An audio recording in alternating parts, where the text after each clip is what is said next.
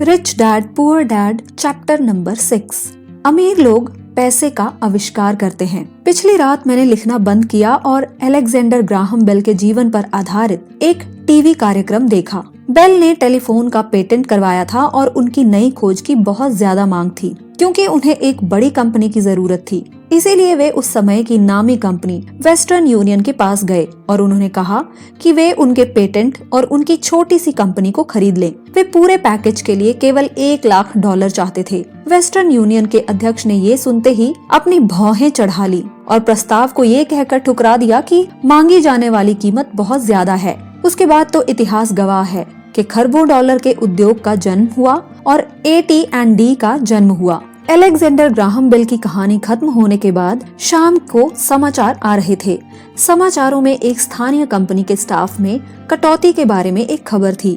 कर्मचारी अचानक से नाराज हो गए थे और शिकायत कर रहे थे कि कंपनी के मालिक ज्यादती कर रहे हैं। फैक्ट्री के सामने एक 45 साल का नौकरी से निकाला गया मैनेजर अपनी पत्नी और 2 बच्चों के साथ खड़ा हुआ था और सुरक्षा गार्डों से अंदर जाने की इजाजत मांग रहा था ताकि वह मालिकों से ये विनती कर सके कि उसे नौकरी से ना निकाला जाए। उसने हाल ही में एक मकान खरीदा था और उसे डर था कि उसे मकान बेचना पड़ेगा। कैमरा उसके अनुनय और विनय पर नजरें गड़ाए हुए था और पूरी दुनिया इसे देख रही थी। ये कहने की जरूरत नहीं है कि इसने मेरा ध्यान भी खींच लिया। मैं 1984 से व्यावसायिक रूप से पढ़ रहा हूँ। ये एक बहुत ही अच्छा अनुभव और पुरस्कार रहा है। ये एक विचलित करने वाला काम भी है क्योंकि मैंने हजारों बच्चों को पढ़ाया है और मैंने सभी में एक बात देखी है जिसमें मैं भी शामिल हूँ। हम में बहुत ज्यादा संभावनाएं होती हैं और हमें प्रकृति ने बहुत सारे उपहार दिए होते हैं, लेकिन जो चीजें हम सभी को पीछे धकेलती हैं वे हैं खुद के बारे में शंका। तकनीकी जानकारी की कमी के कारण हम पीछे नहीं रहते बल्कि आत्मविश्वास की कमी के कारण ही पीछे रहते हैं। कई लोगों का इस पर ज्यादा असर होता है। एक बार हम स्कूल छोड़ देते हैं तो हम सभी जानते हैं कि कॉलेज की डिग्री होने या अच्छे नंबर आने का कोई खास महत्व नहीं होता। शैक्षणिक माहौल के बाहर असली जिंदगी में अच्छे नंबरों से ज्यादा महत्वपूर्ण चीज की जरूरत होती है। इसे गट्स, बहादुरी, चालाकी, साहस, निरंतरता, प्रतिभा, जोखिम लेने की क्षमता इत्यादि के नाम से पुकारा जाता है। ये तत्व चाहे इसे किसी भी नाम से पुकारा जाए, कुल मिलाकर हमारे भविष्य पर स्कूल के नंबरों से ज्यादा असर डालता है। हम सभी के भीतर एक बहादुर, प्रतिभाशाली और जोखिम लेने वाला चरित्र मौजूद होता है, लेकिन हम सभी के अंदर चरित्र का एक दूसरा पहलू भी होता है जो अपने घुटने टेक कर जरूरत पड़ने पर भीख भी मांग सकता है। मरीन कॉर्प्स के पायलट के रूप में वियतनाम में 1 साल रहने के बाद मुझे अपने भीतर छुपे इन दोनों चरित्रों के बारे में अंतरंग जानकारी मिली। दोनों में से किसी को भी बुरा नहीं कहा जा सकता, लेकिन एक अध्यापक के रूप में मैंने ये जाना कि आदमी की प्रतिभा के सबसे बड़े दुश्मन हैं बहुत ज्यादा डर और खुद की क्षमताओं के बारे में शंका। ये देखकर मुझे दुख होता था कि कई विद्यार्थी जवाब जानते थे लेकिन उनमें जवाब देने की हिम्मत नहीं थी। असली जिंदगी में स्मार्ट लोग आगे नहीं बढ़ पाते, बहादुर लोग आगे बढ़ जाते हैं। मेरे अपने अनुभव में आपके फाइनेंशियल जीनियस के लिए तकनीकी ज्ञान भी जरूरी है और साहस भी। अगर आपको बहुत ज्यादा डर लगता है तो आपकी प्रतिभा का दमन होता है। मेरी कक्षाओं में मैं विद्यार्थी को बहुत ज्यादा प्रेरित करता हूँ कि वे खतरा लेना सीखें, बहादुर बने और अपनी प्रतिभा के द्वारा अपने डर को ताकत और चतुराई में बदल दें। कुछ लोगों के लिए ये सिद्धांत काम करता है जबकि कईयों को ये डरावना लगता है। मैंने ये भी जाना है कि ज्यादातर लोग पैसे के बारे में बहुत ज्यादा सुरक्षित खेल खेलना पसंद करते हैं। मैंने ऐसे सवाल भी सुने हैं, जोखिम क्यों लिए जाएं? अपने फाइनेंशियल IQ को विकसित करने का झंझट ही क्यों उठाया जाए? मैं पैसे की समझ को क्यों विकसित करूं? और मैं जवाब देता हूं, केवल इसीलिए ताकि आपके पास ज्यादा विकल्प हो। हमारे आगे बहुत बड़े परिवर्तन खड़े हुए हैं। जिस तरह मैंने इस अध्याय के शुरू में युवा आविष्कारक अलेक्जेंडर ग्राहम बेल की कहानी बताई थी, आगे आने वाले सालों में उनकी तरह के कई और लोग भी होंगे। बिल गेट्स की तरह के कई सैकड़ों लोग होंगे और दुनिया भर में हर साल माइक्रोसॉफ्ट जैसी बहुत सी अत्यधिक सफल कंपनियां भी बनेगी और दिवालियापन, कंपनी बंद होने, स्टाफ निकालने की बहुत सी घटनाएं भी होंगी। तो आपको फाइनेंशियल IQ विकसित करने के झंझट में क्यों पड़ना चाहिए? इसका जवाब कोई और नहीं दे सकता, आप खुद दे सकते हैं। लेकिन मैं आपको बता सकता हूँ कि मैं ऐसा क्यों करता हूँ। मैं इसलिए ऐसा करता हूँ क्योंकि आज का युग सबसे ज्यादा रोमांचकारी युग है। मैं चाहता हूँ कि मैं परिवर्तन से डरने के बजाय उसका स्वागत कर सकूं। मैं चाहता हूँ कि मैं लाखों करोड़ों बनाने के बारे में रोमांचित रहूं, न कि सिर्फ अपनी तनख्वाह के बढ़ने के बारे में। आज का युग सर्वाधिक रोमांचकारी समय है जो दुनिया के इतिहास में अभूतपूर्व है। कई पीढ़ियों के बाद लोग इस युग को याद करते हुए ये कहेंगे कि ये कितना ज्यादा रोमांचकारी रहा होगा। इसे पुराने की मौत और नए के जन्म का युग कहा जाएगा। इस युग में बहुत उथल पुथल थी और रोमांच भी था। तो अपने फाइनेंशियल आईक्यू को विकसित करने का झंझट क्यों उठाया जाए, क्योंकि अगर आप ऐसा करते हैं तो आप ज्यादा अमीर हो जाएंगे, और अगर आप ऐसा नहीं करते हैं तो आगे आने वाला समय आपके लिए डरावना होगा। उस समय आप बहादुरी से आगे बढ़ने वाले लोगों को सफल होते हुए देखेंगे और पुराने सिद्धांतों से जकड़े रहने वाले लोगों को असफल होते हुए देखेंगे। 300 साल पहले जमीन ही संपत्ति हुआ करती थी, इसीलिए जिस आदमी के पास जमीन थी उसके पास संपत्ति थी। फिर फैक्ट्रियां आईं, उत्पादन शुरू हुआ और अमेरिका ने अपना दबदबा बना लिया। उद्योगपति के पास संपत्ति आ गई। आज सूचना का युग है, इसीलिए जिस आदमी के पास जितनी ज्यादा और जल्दी सूचना आ जाती है वह अमीर हो जाता है। समस्या ये है कि सूचना दुनिया भर में प्रकाश की गति से उड़ रही है। इस नई संपत्ति को सीमाओं और दायरों से नहीं बांधा जा सकता, जिस तरह जमीन या फैक्ट्रियों को बांधा जा सकता था। परिवर्तन ज्यादा तेज और नाटकीय होंगे। नए करोड़पतियों की संख्या में नाटकीय ढंग से बढ़ोतरी होगी। ऐसे भी लोग होंगे जो पीछे छूट जाएंगे। आज मैं इतने सारे लोगों को संघर्ष करते हुए देखता हूँ और प्राय ज्यादा कड़ी मेहनत करते हुए देखता हूँ, और सिर्फ ऐसा इसीलिए होता है क्योंकि वे पुराने विचारों को कसकर पकड़े हुए रहते हैं। वे चाहते हैं कि चीजें उनके हिसाब से हों। वे परिवर्तन का विरोध करते हैं। मैं ऐसे लोगों को जानता हूँ कि जिनकी नौकरी छूट गई है, घर बिक गया है, और वे इसके लिए टेक्नोलॉजी या अर्थव्यवस्था या अपने बॉस को दोष देते हैं। दुर्भाग्य से उन्हें ये महसूस ही नहीं होता कि वे इस समस्या का कारण हो सकते हैं। पुराने विचार उनके सबसे ज्यादा बड़े विरोधी बन जाते हैं।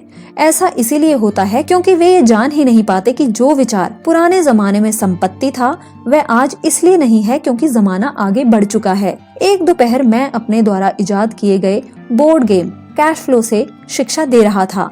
मेरा एक दोस्त किसी को अपने साथ लेकर आया था ताकि वह भी इसे सीख सके। दोस्त की दोस्त का हाल ही में तलाक हुआ था। तलाक के मुकदमे में उसके हाथ पूरी तरह जल गए थे और अब वह कुछ जवाब ढूंढ रही थी। उसके मित्र को लगा कि शायद इस खेल से उसे कुछ सीखने को मिलेगा। इस खेल को इस तरह से बनाया गया है ताकि लोग इसे सीख सकें कि पैसा किस तरह से काम करता है। खेलने के दौरान वे इनकम स्टेटमेंट और बैलेंस शीट के आपस में संबंध के बारे में सीखते हैं। वे सीखते हैं कि किस तरह दोनों के बीच कैश का फ्लो होता है और किस तरह पैसे की राह में आपको अपनी संपत्ति वाले कॉलम से निकलने वाले मासिक कैश फ्लो को बढ़ाना होता है ताकि ये आपके मासिक खर्च से ज्यादा हो जाए। एक बार आप इसे हासिल कर लें तो आप चूहा दौड़ से बाहर निकल जाते हैं और तेज राह पर चल पड़ते हैं। जैसा कि मैंने कहा है, कुछ लोग इस खेल से नफरत करते हैं, कुछ इससे प्रेम करते हैं और कुछ इसका मतलब ही नहीं समझ पाते। इस महिला ने कुछ सीखने का बहुमूल्य अवसर खो दिया। शुरुआती राउंड में उसने एक डू डैड कार्ड खींचा जिस पर एक नाव बनी हुई थी। पहले तो वह खुश हुई, अरे मेरे पास एक नाव है। फिर जब उसके मित्र ने बताया कि किस तरह आंकड़े उसके इनकम स्टेटमेंट और बैलेंस शीट पर काम करते हैं तो वह कुंठित हो गई, और क्योंकि उसे गणना जरा भी पसंद नहीं थी। बाकी के खिलाड़ियों ने शांतिपूर्वक इंतजार किया जब उसका दोस्त इनकम स्टेटमेंट, बैलेंस शीट और मासिक कैश फ्लो के बारे में उसे समझाता रहा। अचानक जब उसने ये जान लिया कि आंकड़े किस तरह से काम करते हैं तो उसे ये जानकर झटका लगा कि उसकी नाव उसे जिंदा खा रही थी। बाद में वह डाउन साइज हो गई और उसे एक बच्चा भी हो गया। ये उसके लिए एक भयानक खेल साबित हुआ। कक्षा के बाद उसका दोस्त आया और उसने मुझे बताया कि वह बहुत ज्यादा विचलित है। वह कक्षा में निवेश के बारे में सीखने के लिए आई थी और उसे ये बहुत ज्यादा स्टूपिड लगा कि इतने बेकार खेल को खेलने में इतना ज्यादा समय उसने बर्बाद किया। उसके मित्र ने उसे ये समझाने की कोशिश की कि वह अपने भीतर झांक कर देखे कि क्या ये खेल उसके अंदर किसी अंदरूनी पहलू को उजागर कर रहा था। इस सुझाव पर उस महिला ने अपना पैसा वापस मांग लिया। उसने कहा कि ये विचार मूर्खतापूर्ण है कि कोई खेल किसी के अंदरूनी पहलू को उजागर करता है। उसका पैसा तत्काल वापस कर दिया गया और वह वापस चली गई। 1984 से मैं करोड़ों कमा रहा हूँ और सिर्फ इसलिए कमा रहा हूँ क्योंकि स्कूल सिस्टम वह नहीं सिखाता जो कि मैं सिखा रहा हूँ। स्कूल में ज्यादातर शिक्षक भाषण देते हैं। अपने छात्र जीवन में मुझे भाषणों से चिढ़ थी। मुझे बहुत जल्दी बोरियत हो जाती थी और मेरा दिमाग इधर उधर भटकने लगता था। 1984 में मैंने खेल खेल में शिक्षा देना शुरू किया। मैंने वयस्क विद्यार्थियों को प्रोत्साहित किया कि वे इन खेलों को ज्ञान बढ़ाने के पहलू से देखें कि वे क्या जानते हैं और उन्हें क्या सीखना चाहिए। उस महिला के मित्र ने बाद में मुझे पूरी बात बताने के लिए फोन किया। उसने कहा कि उसकी मित्र अब शांत है। शांत होने के बाद उसने खेल और अपने जीवन के बीच में कुछ आपसी संबंध भी महसूस किए हैं। उसने ये महसूस किया कि आंकड़ों पर उसका गुस्सा इनकम स्टेटमेंट और बैलेंस शीट पर इसीलिए था क्योंकि वह उन्हें समझ नहीं पा रही थी। उनका ये मानना था कि पैसे धेले का हिसाब किताब रखना पुरुष का काम है। वह घर संभालती थी और उसका पति पैसों को संभालता था। बोर्ड गेम की ही तरह दुनिया भी तत्काल फीडबैक देती है। अगर हम ज्यादा ध्यान दें तो हम ज्यादा सीख सकते हैं। कैश फ्लो नाम का ये खेल खिलाड़ी को व्यक्तिगत फीडबैक देने के हिसाब से तैयार किया गया है। इसका लक्ष्य आपको विकल्प प्रदान करना है। अगर आप नाव वाला कार्ड निकालते हैं और ये आपको कर्ज में डाल देता है तो सवाल ये उठता है, अब आप क्या कर सकते हैं? आपके पास कितने फाइनेंशियल विकल्प मौजूद हैं? यही खेल का लक्ष्य है, खिलाड़ियों को सोचना सिखाना ताकि वे नए और बहुत से फाइनेंशियल विकल्प बना सकें। मैंने 1000 से ज्यादा लोगों को ये खेल खेलते हुए देखा है। वे लोग जो इस खेल की चूहा दौड़ में सबसे जल्दी आगे निकल जाते हैं, उन्हें अंकों की समझ होती है और उनके पास रचनात्मक फाइनेंशियल दिमाग भी होता है। कैश फ्लो खेलने वाले कई ऐसे लोग भी होते हैं जो इस खेल में बहुत सा पैसा तो कमा लेते हैं, लेकिन उन्हें ये नहीं पता होता कि वे अब इस पैसे का क्या करें। उनमें से ज्यादा असली जिंदगी में भी आर्थिक रूप से सफल नहीं होते। हर कोई उनसे आगे निकल जाता है इस तथ्य के बावजूद कि उनके पास पैसा होता है, और यही असली जिंदगी में भी होता है। ऐसे बहुत से लोग हैं जिनके पास पैसा तो बहुत होता है, फिर भी वे आर्थिक रूप से आगे नहीं बढ़ पाते। अपने विकल्पों को सीमित कर लेना पुराने विचारों से चिपके रहने की तरह है। हाई स्कूल के समय का मेरा एक दोस्त अभी 3 नौकरियां कर रहा है। 20 साल पहले वह सब मेरे सहपाठियों में सबसे ज्यादा अमीर हुआ करता था। जब स्थानीय शुगर प्लांट बंद हुआ तो वह जिस कंपनी के लिए काम करता था वह भी बंद हो गई। उसके दिमाग में केवल एक विकल्प था और वह पुराना विकल्प था, कड़ी मेहनत करो। समस्या ये थी कि उसे कोई बराबरी की नौकरी नहीं मिल पाई जो पुरानी कंपनी में उसकी वरिष्ठता को माने। इसका परिणाम ये हुआ कि अभी जो वह काम कर रहा है वे उसकी योग्यता के बहुत नीचे के काम हैं और इसीलिए उसकी तनख्वाह भी कम है। उसे जिंदा रहने के लिए जितना पैसा चाहिए उतना कमाने के लिए उसे 3 नौकरियां करनी पड़ रही हैं। मैंने कैश फ्लो खेलने वाले लोगों को ये शिकायत करते हुए सुना है कि सही मौका देने वाले कार्ड्स उनके पास नहीं आ रहे, इसीलिए वे जहाँ के तहाँ बैठे रहते हैं। मैं ऐसे लोगों को जानता हूँ जो असली जिंदगी में भी ऐसा ही करते हैं। वे बैठकर सही मौके के आने का इंतजार करते हैं। और मैं ये भी देखता हूँ कि लोग एक महान अवसर वाले कार्ड को खींचते हैं, उसे जोर से पढ़ते हैं और उन्हें ये पता नहीं होता कि ये एक महान अवसर है। उनके पास पैसा भी होता है, समय भी होता है, कार्ड भी होता है, लेकिन वे अवसर को नहीं देख पाते। वे ये देखने में असफल हो जाते हैं कि चूहा दौड़ से बच निकलने के लिए ये किस तरह उनकी फाइनेंशियल योजना में फिट होता है। और मेरी राय में इस तरह के लोग दूसरे सभी तरह के लोगों से ज्यादा संख्या में होते हैं। फाइनेंशियल बुद्धि का मतलब है ज्यादा विकल्प होना। अगर अवसर आपके सामने नहीं आ रहे हैं तो आप अपनी आर्थिक स्थिति सुधारने के लिए क्या कर सकते हैं? अगर कोई अवसर आपकी गोद में आ रहा है और आपके पास पैसा नहीं है और बैंक वाले आपको उधार नहीं दे रहे हैं, तो आप उस अवसर से लाभ कैसे उठा सकते हैं? अगर आपका अनुमान गलत है और अगर आप जिसकी उम्मीद करते हैं वह नहीं होता है, तो आप किस तरह से एक चीज को लाखों में बदल सकते हैं? यही फाइनेंशियल बुद्धि है। क्या होता है, इससे हमारा ज्यादा सरोकार नहीं है, बल्कि आप एक चीज को लाखों में बदलने के लिए कितने अलग अलग तरह के आर्थिक समाधान खोज सकते हैं। इसका मतलब है कि आप अपने पैसे की समस्याओं को सुलझाने में कितने ज्यादा रचनात्मक हैं। ज्यादातर लोग केवल एक समाधान जानते हैं, कड़ी मेहनत करो, बचत करो और उधार लो। तो आपको अपनी फाइनेंशियल बुद्धि क्यों बढ़ानी चाहिए? क्योंकि आप उस तरह के इंसान होना चाहते हैं जो अपनी किस्मत खुद बनाता हो। आप जो होता है होने देते हैं और उसे बेहतर में बदलने की क्षमता रखते हैं। बहुत कम लोग ये समझ पाते हैं कि किस्मत भी हम ही बनाते हैं। जिस तरह की पैसा बनाया जाता है। अगर आप ज्यादा किस्मत वाले होना चाहते हैं और ज्यादा पैसे बनाना चाहते हैं तो कड़ी मेहनत करने के अलावा आपकी फाइनेंशियल बुद्धि महत्वपूर्ण है। अगर आप उस तरह के आदमी हैं जो सही चीज होने का इंतजार करते हैं तो शायद आपको बहुत लंबे समय तक इंतजार करना पड़ेगा। यही तो उस तरह की बात हो गई कि आप गैरेज से गाड़ी निकालने के पहले ये सुनिश्चित करना चाह रहे हैं कि अगले 5 मील तक की सभी स्ट्रीट लाइट्स हरी ही हों। जब हम छोटे थे तो अमीर डैडी माइक और मुझे लगातार ये बताते थे कि पैसा असली नहीं है। अमीर डैडी हमें बार बार ये याद दिलाया करते थे कि जब हमने प्लास्टर ऑफ पेरिस से सिक्के ढाले थे तो हम पैसे के रहस्य के सबसे ज्यादा करीब आ गए थे, क्योंकि हम पैसा बना रहे थे। गरीब और मध्य वर्ग पैसे के लिए काम करते हैं, उनका कहना था। आप धन को जितना असली समझेंगे आप उसके लिए उतना ही ज्यादा मेहनत से काम करेंगे। अगर आप इस विचार को मन में उतार लें कि पैसा असली चीज नहीं है तो आप ज्यादा तेजी से अमीर बन सकते हैं। अगर पैसा असली चीज नहीं है तो फिर ये क्या है? माइक और मैं उनसे ये सवाल पूछते थे। पैसा वह है जिसके बारे में हम सहमत हो जाएं। अमीर डैडी इतना ही जवाब देते थे। हमारे पास जो इकलौती सबसे ज्यादा शक्तिशाली पूंजी है वह है हमारा दिमाग। अगर इसे अच्छी तरह से प्रशिक्षित कर दिया जाए तो ये एक पल में ढेर सारी दौलत बना सकता है। इतनी दौलत जो 300 साल पहले के राजाओं और रानियों के सपने में भी नहीं आती थी। इसीलिए मैं अपनी फाइनेंशियल बुद्धि में निवेश करता हूँ और अपनी सबसे शक्तिशाली संपत्ति को विकसित करता हूँ। मैं बहादुरी से आगे बढ़ने वाले लोगों के साथ होना चाहता हूँ। मैं पैसे बनाने का एक आसान सा उदाहरण देता हूँ। 1990 के दशक की शुरुआत में फीनिक्स की अर्थव्यवस्था बहुत बुरी थी। मैं good morning America TV serial देख रहा था जब एक फाइनेंशियल प्लानर आया और उसने निराशावादी भविष्यवाणियां करना शुरू कर दिया। उसकी सलाह थी पैसे बचाओ, हर महीने $100 बचाएं और 40 सालों में आप भी करोड़पति बन सकते हैं। खैर, हर महीने निश्चित रकम बचाना भी एक अच्छा विचार है। ये एक विकल्प है, एक ऐसा विकल्प जिसे बहुत से लोग मान लेंगे। समस्या ये है कि ऐसा करने से आदमी ये नहीं जान पाता कि उसके आसपास क्या हो रहा है। वह पैसे में ज्यादा महत्वपूर्ण बढ़ोतरी के मौकों का फायदा नहीं उठा पाते। दुनिया उनके पास से होकर गुजरकर आगे बढ़ जाती है। जैसा मैंने कहा कि अर्थव्यवस्था उस समय बहुत बुरे हाल में थी।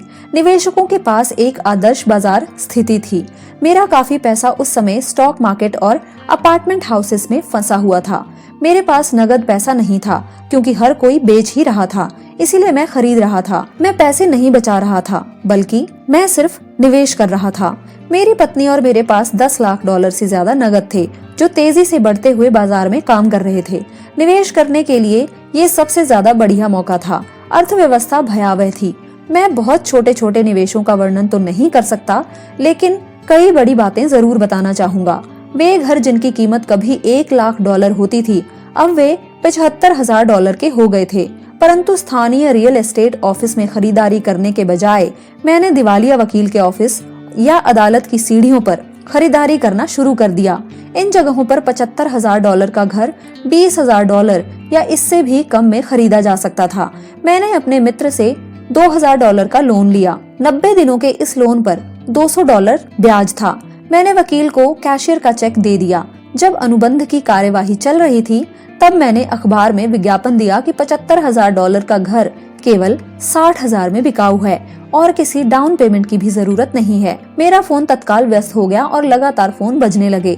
संभावित खरीदारों को छांटा गया और एक बार मकान कानूनी रूप से मेरे नाम हो गया तो सभी संभावित खरीदारों को घर देखने की इजाजत दी गई। अत्यंत रोमांचकारी घटनाक्रम के बीच घर कुछ ही मिनटों में बिक गया। मैंने $2500 की प्रोसेसिंग की फी मांगी जो उन्होंने खुशी खुशी दे भी दी और इसके बाद कानूनी नामांतरण की कार्यवाही शुरू हो गई। मैंने अपने मित्र के $2,000 के कर्ज में $200 ब्याज मिलाकर उसे वापस दे दिए। वह खुश था, घर खरीदने वाला खुश था, वकील भी खुश था और मैं भी खुश था। मैंने $20,000 में खरीदे गए घर को $60,000 में बेच दिया था। मेरे पास खरीदार का शपथ पत्र था जिसने मेरे संपत्ति वाले कॉलम में $40,000 जमा कर दिए। इस पूरी कार्यवाही में कुल 5 घंटे लगे थे। तो जब आपके पास अब पैसे की समझ आ चुकी है तो आप अंक पढ़ सकते हैं। मंदी के बाजार में अपने खाली समय में मैंने और मेरी पत्नी ने इस तरह के 6 सौदे निपटाए, जबकि हमारा ज्यादातर पैसा बड़ी प्रॉपर्टीज और स्टॉक मार्केट में फंसा हुआ था।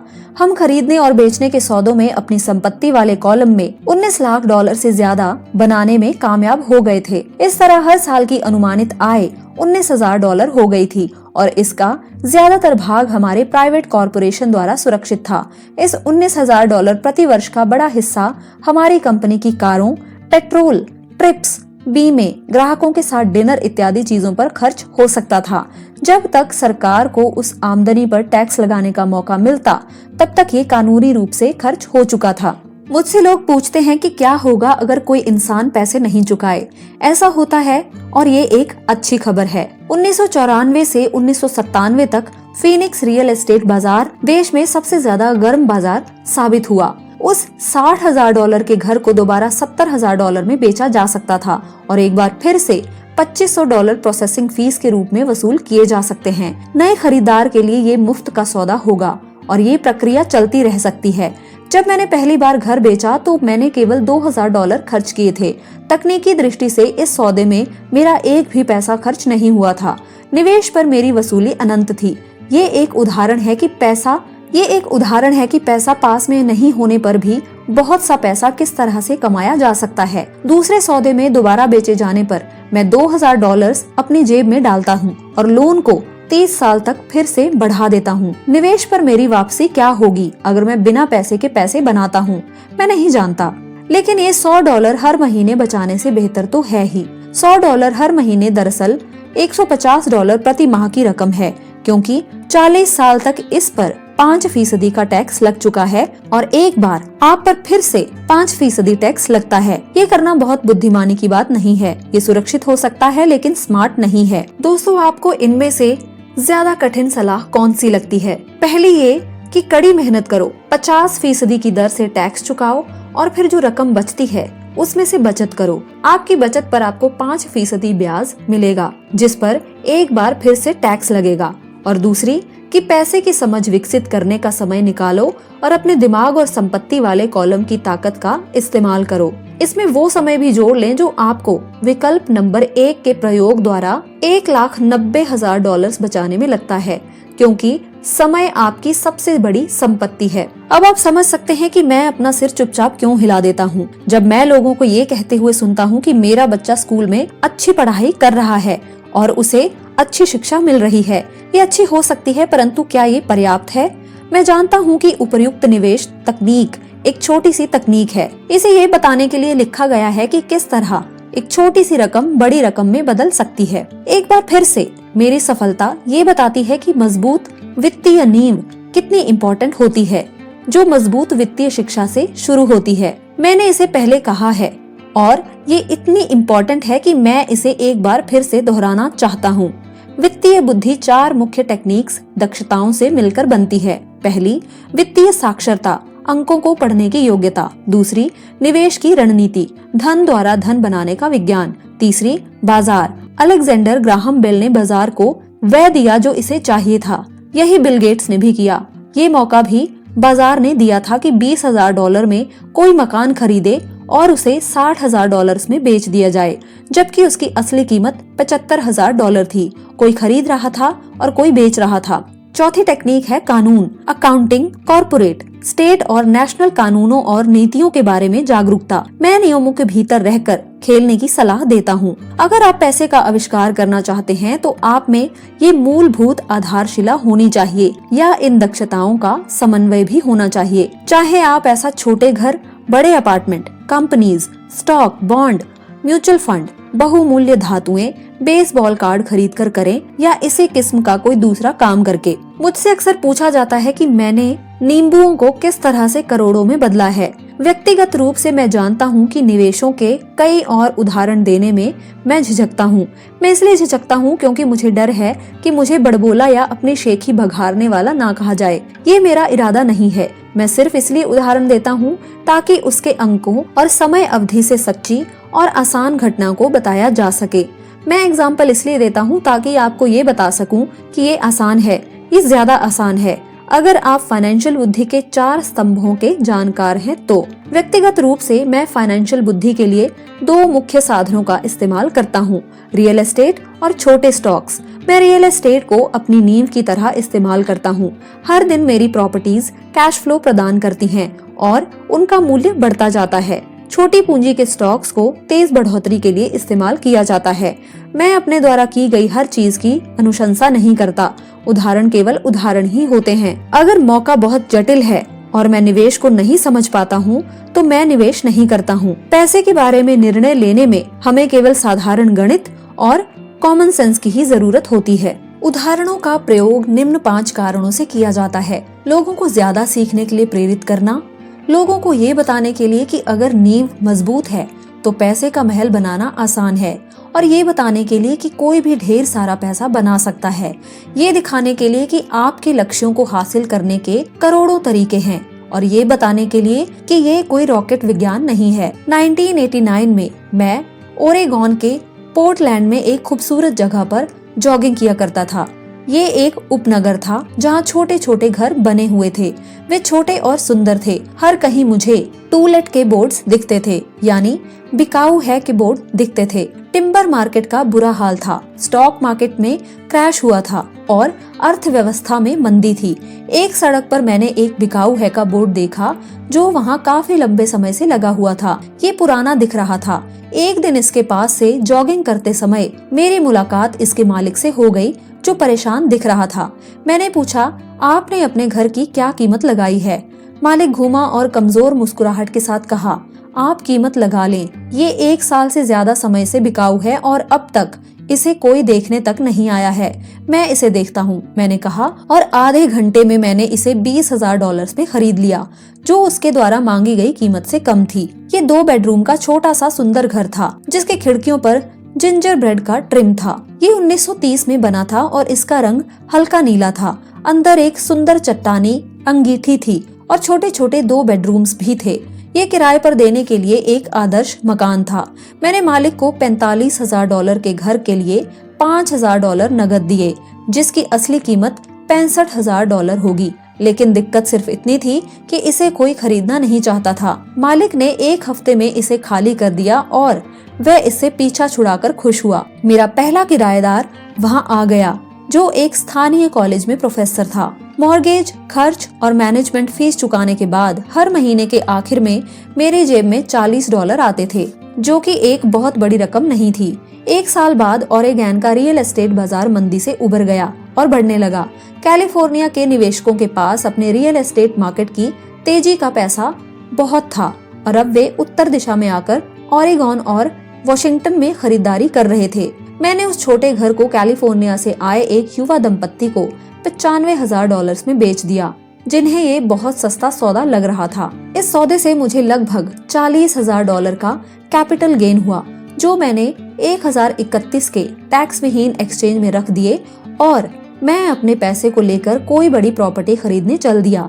1 महीने में मुझे बीवरटन ओरेगन में इंटेल प्लांट के पास एक 12 यूनिट का अपार्टमेंट मिल गया। उसके मालिक जर्मनी में रहते थे और उन्हें इसकी कीमत का अंदाजा ही नहीं था, और एक बार फिर वे इससे पीछा छुड़ाना चाहते थे। मैंने $4,50,000 की कीमत के लिए $2,75,000 का प्रस्ताव दिया। वे $3,00,000 पर मान गए। मैंने इसे खरीद लिया और इसे 2 साल तक अपने पास रखा। फिर उसी 1031 एक्सचेंज प्रक्रिया का फायदा उठाते हुए मैंने उस इमारत को $4,95,000 में बेच दिया और एरिजोना फीनिक्स में एक 30 यूनिट का अपार्टमेंट फिर से खरीद लिया। तब तक हम फीनिक्स चले गए थे और हमें वैसे भी इसे बेचना ही था। पहले जो हाल ओरेगन के बाजार का था, वह मंदी का माहौल फीनिक्स के रियल एस्टेट मार्केट में देखने को मिला। फीनिक्स में 30 यूनिट की अपार्टमेंट इमारत की कीमत $8,75,000 थी, जिसमें से $2,25,000 डाउन पेमेंट था। 30 यूनिटों से आने वाला कैश फ्लो $5,000 प्रति माह से कुछ ज्यादा था। एरिजोना का बाजार भी बढ़ने लगा और 1996 में एक कोलोराडो के निवेशक ने हमें उस प्रॉपर्टी के लिए $12,00,000 देने का प्रस्ताव रखा। मेरी पत्नी और मैं बेचने पर विचार कर रहे थे, लेकिन हमने ये देखने का इंतजार किया कि क्या कांग्रेस कैपिटल गेन कानूनों में परिवर्तन करेगी। अगर वह परिवर्तन करती है तो प्रॉपर्टी की कीमत 15 से 20% तक बढ़ जाएगी।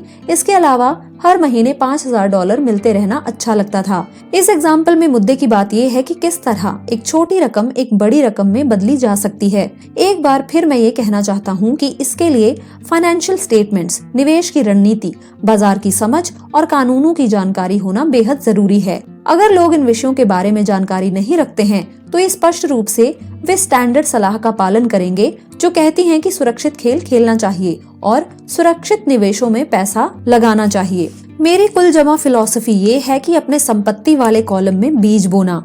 ये मेरा फॉर्मूला है। मैं छोटे पैमाने पर शुरू करता हूँ और बीज बोता हूँ। कुछ बीज उग जाते हैं और कुछ नहीं उगते। हमारे रियल एस्टेट कॉर्पोरेशन में हमारे पास करोड़ों डॉलर्स की प्रॉपर्टी है। ये हमारा अपना REIT यानी रियल एस्टेट इन्वेस्टमेंट ट्रस्ट है। अब मैं आपको ये पते की बात बताना चाहता हूँ कि इन करोड़ों में से कई प्रॉपर्टीज तो $5000 से $10,000 के निवेश में शुरू हुई थी। नगद पैसे से खरीदी गई ये प्रॉपर्टीज खुशकिस्मती से तेजी से बढ़ते बाजार में ज्यादा कीमती हो गई थी और टैक्स से मुक्त रहते हुए इन्हें खरीदा और बेचा गया था और ऐसा कई सालों तक किया गया था। हमारे कुछ दोस्त हमारे जैसे निवेशकों के साथ बिजनेस करते हैं जिनके पास हर महीने निवेश करने के लिए कुछ अतिरिक्त धन होता है। हम ज्यादा जोखिम वाली प्राइवेट कंपनीज के शेयर खरीदते हैं जो अमेरिका या कनाडा में स्टॉक एक्सचेंज पर सार्वजनिक होने जा रही हैं। कितनी तेजी से धन बढ़ता है इसका उदाहरण इस तरह से देखें। हमने कंपनी के सार्वजनिक होने से पहले 25 सेंट प्रति शेयर की दर पर 1 लाख शेयर खरीदे। 6 महीने बाद जब कंपनी शेयर बाजार में दर्ज हो गई तो उसके शेयर का भाव $2 प्रति शेयर हो गया। अगर कंपनी का प्रबंधन अच्छा है तो कीमतें बढ़ती रहेंगी और स्टॉक $20 प्रति शेयर या इससे भी ज्यादा होगा। ऐसे भी कई वर्ष रहे जब हमारे $25,000 1 साल से भी कम समय में $10 लाख बन गए।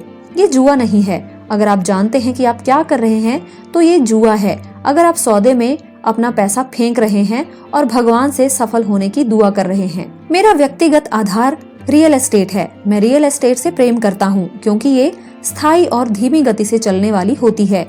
मैं ठोस आधार को पसंद करता हूँ। कैश फ्लो में आमतौर पर स्थायी भी होता है और अगर इसे अच्छी तरह मैनेज किया जाए तो इसकी कीमत बढ़ने की भी अच्छी संभावना होती है। मैं पैसे कमाने को टेनिस के खेल की तरह मानता हूँ। मैं मेहनत से खेलता हूँ, गलतियाँ करता हूँ, गलतियाँ सुधारता हूँ और ज्यादा गलतियाँ करता हूँ और सुधारता हूँ और इस तरह मेरा खेल सुधरता जाता है। निवेशक 2 तरह के होते हैं। पहले और सबसे आम तरह के निवेशक वे लोग होते हैं जो एक पैकेज में निवेश करते हैं। वे रियल आउटलेट में फोन करते हैं जैसे एक रियल एस्टेट कंपनी या स्टॉक ब्रोकर या फाइनेंशियल प्लानर को और वे कुछ खरीदते हैं। ये एक म्यूचुअल फंड, REIT, स्टॉक या बॉन्ड हो सकता है। ये निवेश का एक अच्छा, साफ सुथरा और आसान तरीका है। ये उसी तरह की खरीदारी हो गई जैसे कोई ग्राहक कंप्यूटर स्टोर में जाकर शेल्फ पर रखे कंप्यूटर को खरीद ले। दूसरी तरह के निवेशक वे होते हैं जो निवेशों को बनाते हैं। वे इस तरह के निवेशक आमतौर पर सौदों को असेंबल करते हैं जिस तरह कंप्यूटर इंजीनियर कंप्यूटर के पुर्जों को असेंबल करते हैं। मैं ये तो नहीं जानता कि कंप्यूटर के पुर्जों को किस तरह से असेंबल किया जाता है, लेकिन मैं ये जानता हूँ कि आर्थिक अवसरों के पुंजों को किस तरह असेंबल किया जा सकता है और मैं ऐसे लोगों को जानता हूँ जो ऐसा कर सकते हैं। दूसरे किस्म का निवेशक ही प्रोफेशनल निवेशक होता है। कई बार तो पुर्जों को इकट्ठा करने में सालों लग जाते हैं और कई बार वे कभी इकट्ठे ही नहीं हो पाते। मेरे अमीर डैडी ने मुझे दूसरे किस्म का निवेशक बनने के लिए प्रोत्साहित किया। ये सीखना इम्पोर्टेंट है कि पुर्जों को किस तरह असेंबल किया जाए क्योंकि यहीं पर भारी जीत का सुनहरा मौका होता है और अगर किस्मत आपके साथ ना हो तो यहीं पर भारी नुकसान का खतरा भी होता है। अगर आप दूसरे किस्म के निवेशक बनना चाहते हैं तो आपको मुख्य रूप से 3 दक्षताएं विकसित करने की जरूरत है। पहली है कि किस तरह के ऐसे मौकों को खोजें जो दूसरों को दिखाई नहीं देते हों। दूसरी दक्षता है कि पैसा किस तरह जुटाया जाए। औसत आदमी बैंक जाता है, लेकिन इस दूसरे किस्म के निवेशक को ये पता होना चाहिए कि पूंजी किस तरह जुटाई जाए और बिना बैंक जाए कितने तरीकों से पैसा जुटाया जा सकता है। मैंने ये सीखा कि बिना बैंक की मदद लिए घर कैसे खरीदे जा सकते हैं। और तीसरी दक्षता होती है कि किस तरह स्मार्ट लोगों को संगठित किया जाए। ऐसे लोग समझदार होते हैं जो या तो अपने से ज्यादा समझदार लोगों के साथ काम करते हैं या उन्हें काम पर रखते हैं। जब भी आपको सलाह की जरूरत हो तो ये सुनिश्चित कर लें कि आपका सलाहकार समझदार होना चाहिए। सीखने के लिए बहुत कुछ है, लेकिन इसके पुरस्कार भी बहुत कीमती हो सकते हैं। अगर आप इन दक्षताओं को नहीं सीखना चाहते हैं तो आपको पहली किस्म का निवेशक बनने की सलाह दी जाती है। आप जो जानते हैं वही आपकी सबसे बड़ी पूंजी है। आप जो नहीं जानते वही आपका सबसे बड़ा जोखिम है। जोखिम तो हमेशा बना रहता है, इसीलिए इससे बचने के बजाय इसे मैनेज करना सीखें।